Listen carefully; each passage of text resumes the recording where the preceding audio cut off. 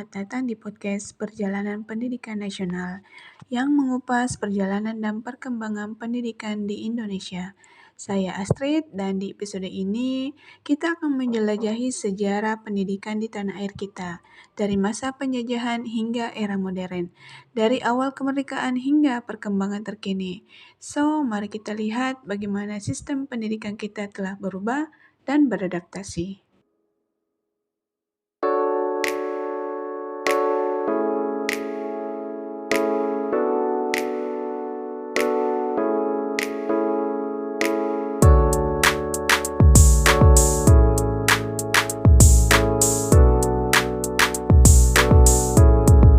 Sebelum kita mendengarkan lebih jauh tentang perjalanan pendidikan nasional, bagaimana sih pendidikan menurut Ki Hajar Dewantara? Demokrasi yang kita adakan, misalnya kita menghilangkan titulatur. Semua orang yang masuk ke dalam taman siswa hilang titelnya. Mas, Raden, Raden Mas, Raden Ayu, Raden Ajeng.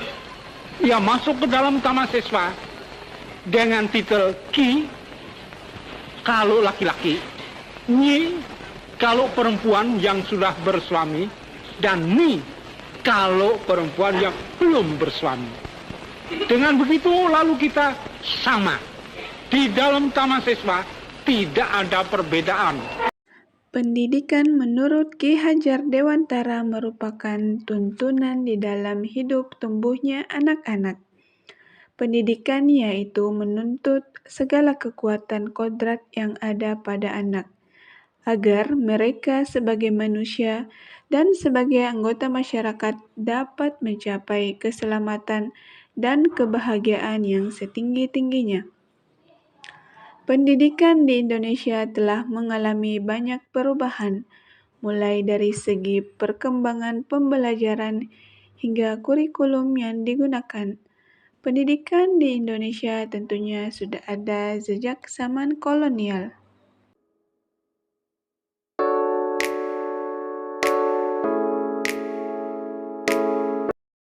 Segmen pertama, pendidikan zaman kolonial. Pendidikan zaman kolonial menggambarkan tentang pendidikan zaman kolonial sekaligus menjadi pengantar untuk berefleksi kembali perjalanan pendidikan Indonesia dari zaman kolonial hingga saat ini. Tahukah Anda, pada tahun 1854, beberapa bupati menginisiasi pendirian sekolah-sekolah kabupaten, namun hanya untuk mendidik calon-calon pegawai. Kemudian, tahun yang sama lahirlah sekolah-sekolah Bumi Putra yang hanya mempunyai 3 kelas. Rakyat hanya diberikan pengajaran membaca, menulis, dan berhitung seperlunya, dan hanya mendidik orang-orang pembantu dalam mendukung usaha dagang mereka. Pemerintah Hindia Belanda memberikan kelonggaran kepada para calon mudir dokter Jawa untuk mendapatkan pendidikan dan pengajaran. Namun, tahukah Anda mengapa? Pada tahun 1920, lahirlah cita-cita baru yang mengimpikan perubahan radikal dalam pendidikan dan pengajaran. Dan pada tahun 1922, lahirlah Taman Siswa di Yogyakarta sebagai sebuah gerbang emas kemerdekaan dan kebebasan kebudayaan bangsa. Taman Siswa ada sebagai jiwa rakyat untuk merdeka dan bebas. Pada masa Orde Lama, yaitu pada tahun 1950-an hingga 1960, kurikulum pendidikan terus diperbaharui untuk mencerminkan ideologi nasionalis dan sosialisme. Penekanan pada pendidikan politik dan ideologi menjadi semakin kuat dan banyak mata pelajaran baru diperkenalkan, termasuk pendidikan moral Pancasila. Di masa Orde Baru pada tahun 1966 sampai 1998, di bawah rezim Orde Baru, kurikulum pendidikan diperkuat dengan fokus pada pengembangan ekonomi dan keterampilan praktis. pendidikan kewarganegaraan dan Pancasila menjadi mata pelajaran wajib. Selain itu, terdapat upaya untuk menyamakan kurikulum di seluruh Indonesia agar sesuai dengan kebijakan pemerintah pusat. Setelah jatuhnya Orde Baru, kurikulum mengalami perubahan signifikan dengan penekanan pada demokratisasi, hak asasi manusia, dan keberagaman. Kurikulum 2004 memperkenalkan pendekatan berbasis kompetensi, sementara kurikulum 2013 menekankan pada integrasi antara pengetahuan, keterampilan, dan sikap. Dan yang terakhir, kurikulum yang kita pakai sekarang ini yaitu kurikulum merdeka. Kurikulum merdeka diperkenalkan untuk memberikan lebih banyak otonomi kepada sekolah dalam menentukan pendekatan pembelajaran. Ini termasuk fokus pada pengembangan karakter, kreativitas, dan kemampuan berpikir kritis. Kurikulum merdeka berpusat pada peserta didik.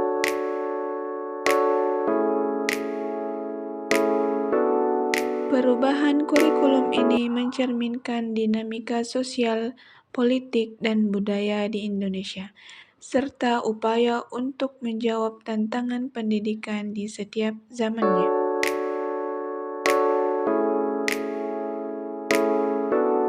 Segmen ketiga, memaknai kata Merdeka Belajar.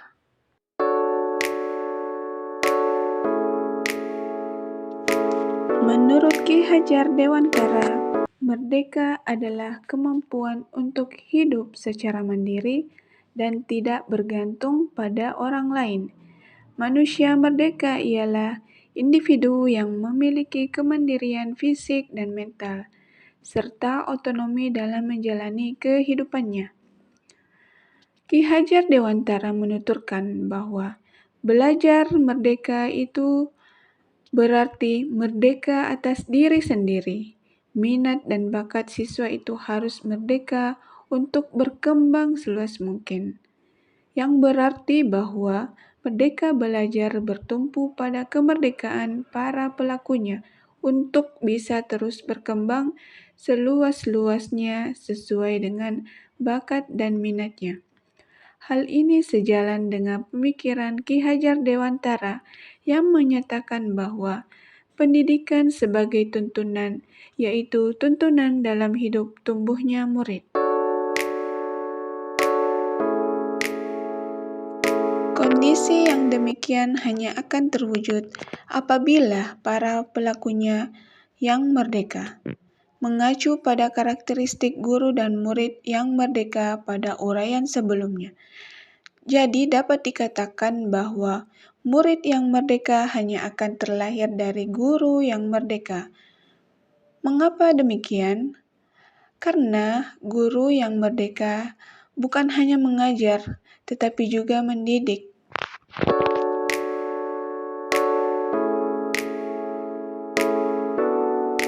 Pengajaran merupakan suatu cara menyampaikan ilmu atau manfaat bagi hidup bagi anak-anak secara lahir maupun batin, yang berarti pengajaran merupakan salah satu bagian dari pendidikan.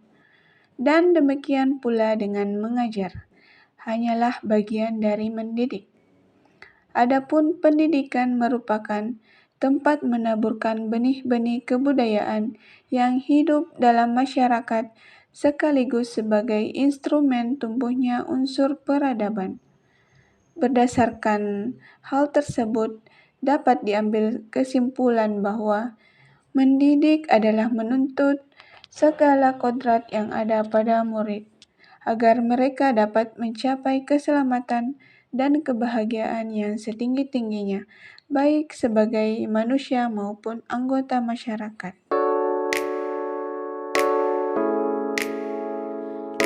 Setelah kita flashback kembali tentang sejarah perkembangan kurikulum pendidikan di Indonesia, dapat dilihat bahwa Indonesia sudah menunjukkan adanya usaha untuk menyesuaikan pendidikan sesuai dengan kebutuhan zaman.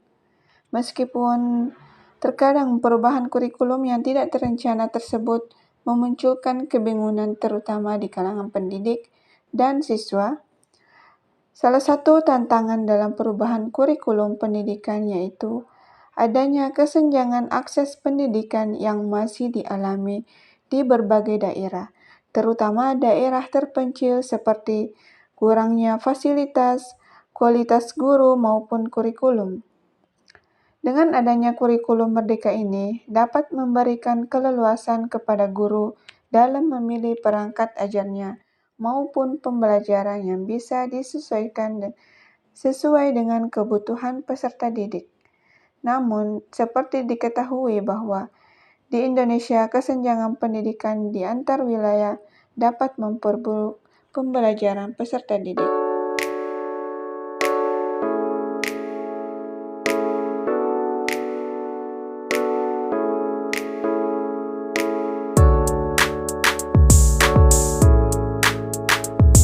Terima kasih telah mendengarkan podcast kali ini tentang perjalanan pendidikan nasional. Dari awal kemerdekaan hingga saat ini, kita telah melihat banyak perubahan dan perkembangan yang signifikan dalam dunia pendidikan. Pendidikan bukan hanya sekedar hak, tetapi juga fondasi bagi masa depan bangsa. Meskipun kita telah mencapai banyak kemajuan, tantangan seperti kesenjangan akses dan kualitas masih memerlukan perhatian kita semua. Saya berharap podcast ini dapat memicu pemikiran dan tindakan positif dari para pendengar. Mari kita bersama-sama kita dukung pendidikan yang inklusif dan berkualitas bagi semua anak di Indonesia. Sampai jumpa di episode berikutnya, di mana kita akan membahas lebih banyak topik menarik seputar pendidikan dan perkembangan masyarakat. Tetap semangat belajar dan sampai bertemu kembali.